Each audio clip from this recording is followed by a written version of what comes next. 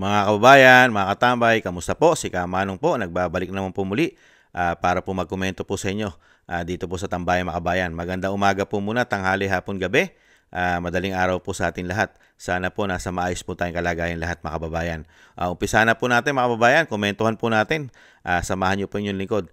Ito po, mga kababayan, naglabas na po ng pahayag ang sekretary po ng DOJ na nakakuha na po siya ng clearance, mga kababayan, sa ombudsman. Napakabilis. Instant, mga kababayan. Ibang klase. Paano po kasi planado po naman kasi ito umano at scripted na po ito. Kahit po may mga kaso na isinampa, yung kay Senadora Amy Marcos, na basura lang po. At yung isinampa po na kaso o reklamo sa ombudsman ng mayor ng Davao ay mukha rin po yatang na basura din yata, mga katambay, yung reklamo po sa ombudsman ni Mayor Baste. At nakapagpasa na po siya sa JBC ng clearance, mga kababayan. Ibang klase po. Ibang klase. Para lang po yung anak niya.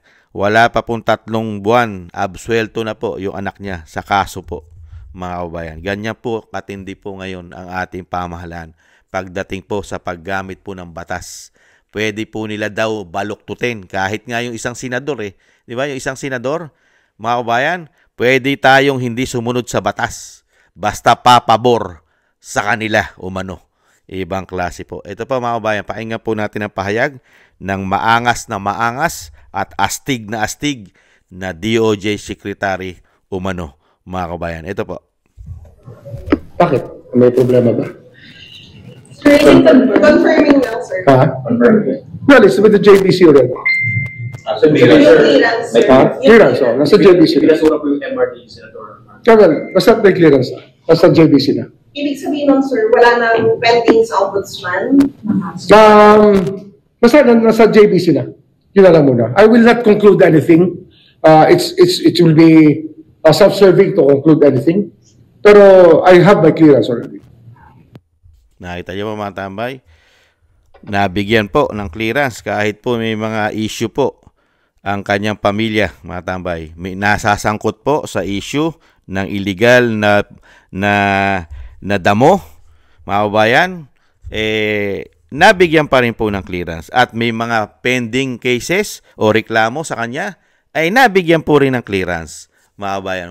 Wala pong hindi imposible sa kanila, mga kababayan. Kahit po ito batas pa ang pinag-uusapan, kahit pa meron ka mga reklamo na nakasampa, wala pong problema sa kanila yan. Napakabilis lang po. Absuelto agad. Basura lahat. Ganyan po ang kanila pong sistema pagdating po sa proseso ng batas, mga kababayan. Pagka sa kanila po, mga kababayan, ay napakabilis lahat. Samantalang pagka sa kalaban nila, mga kababayan, ito po ay napakabilis din po nila. Sa lahat ng bagay, pagka sila'y kumilos, ay napakabilis. Pero pagdating po sa issue ng korupsyon sa kanila, mga kababayan, kailangan po mag-intay po ang mga Pilipino ng napakatagal na panahon para po masabi po nila, mga kababayan, na sila po ay nagtatrabaho para sa atin. Mag-intay po tayo ng matagal na panahon para po yung sinasabing resulta, lalo-lalo sa investigasyon ng korupsyon. Pero pagka papabor sa kanila at kailangan nilang madaliin, instant, mga kabayan. Instant, parang noodles. Ibang klase po. Pagdating po, batas pa yan, yung sa proseso.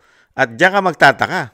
Talagang ganyan kabilis po umaksyon ng ombudsman pagdating po sa DOJ Secretary. Napakabilis, Napakabilis ang aksyon. Basta kailangan ng clearance. Kahit ito yung mga pending cases, mga kabayan, basta kailangan bigay. Ibang klase. Ngayon, pipili na po ngayon ang Pangulo ng bagong ombudsman. Ano po inaasahan natin dito? Iniintay magkaroon ng clearance yan. Hindi po ba? Siya na lang po iniintay. At wala pong maisagot ang isang ombudsman, isang DOJ secretary sa mga kaso pa niya kinaharap sa ombudsman. Basta ang kanya pong sinabi at talagang matikas pang sinasabi, mga kabayan, na meron na siyang clearance. Meron nabigyan na siya ng ombudsman. Kaya kasama na siya sa pagpipilian ng presidente, mga kababayan. At yan naman po expected na po natin yan. Kasi po, yan po ang gagamitin nila dyan umano. Di ba?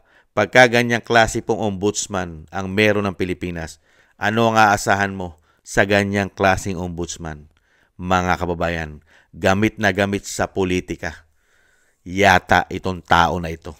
At grabe po, pagdating po sa batas, may sarili siyang batas, mga kababayan, at may sarili siyang opinyon sa batas. At yun ang dapat masunod, yung kanyang mga opinyon sa batas. Ibang klase ito. Kaya po nakakagulat na po. Bagay, magugulat pa ba tayo? Dinala nga tayo sa 3 taong 3 taong korupsyon eh. Di ba? Tanggap po ng ating mga men in uniform eh. Yung 3 taong pangkokorap, pagnanakaw ng gobyerno, pamumulitika 3 taon, panggigipit sa mga kalaban sa politika. Tanggap na nga eh. 'Di ba? Wala nga tayong makuha suporte, 'di ba? Okay na okay sa kanila. At sa paggamit ng proseso ng batas, okay na okay lang po din sa kanila. Okay na okay, mga kababayan. Pati po pagdami ng lahat ng problema ng bansa, okay na okay lang sa kanila. Basta po may perang pumapasok yata sa kanila, ay lagi po silang okay. Hindi kaya ibang klase po. Saan po pulutin ng ating bansa, mga kababayan? Pagka ganitong klase ang mga naglilingkod sa ating gobyerno. Sa tingin nyo, ang mga banyaga, ang mga ibang lahi, ang ibang bansa hindi nakatingin sa ating bansa? Hindi nila alam ang nangyayari sa tingin nyo? Hindi nila alam? Alam nila yan. Ang nangyayari sa ating bansa, kung anong klase na ang mga naglilingkod sa ating bansa. Sa tingin nyo, may papasok pang malalaking negosyo sa atin pagka ganito ang nanunungkulan sa ating bansa.